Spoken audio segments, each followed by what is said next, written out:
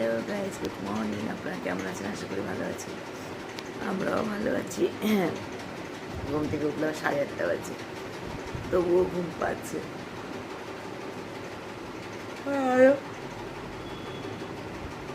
ঘুম নিয়ে যাই, অনেক রাত্রে শোয়া হয় তো,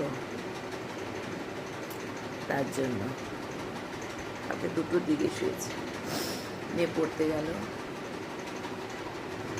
উঠি এখন ওকে কাজগুলো, বাসি কাজগুলো সেরে নিই। ছেলে ঘুমোচ্ছে, কাজগুলো সেরে রবিবার রয়েছে। রান্নাঘর তো রাতেই কাজ করে রাখি আমি।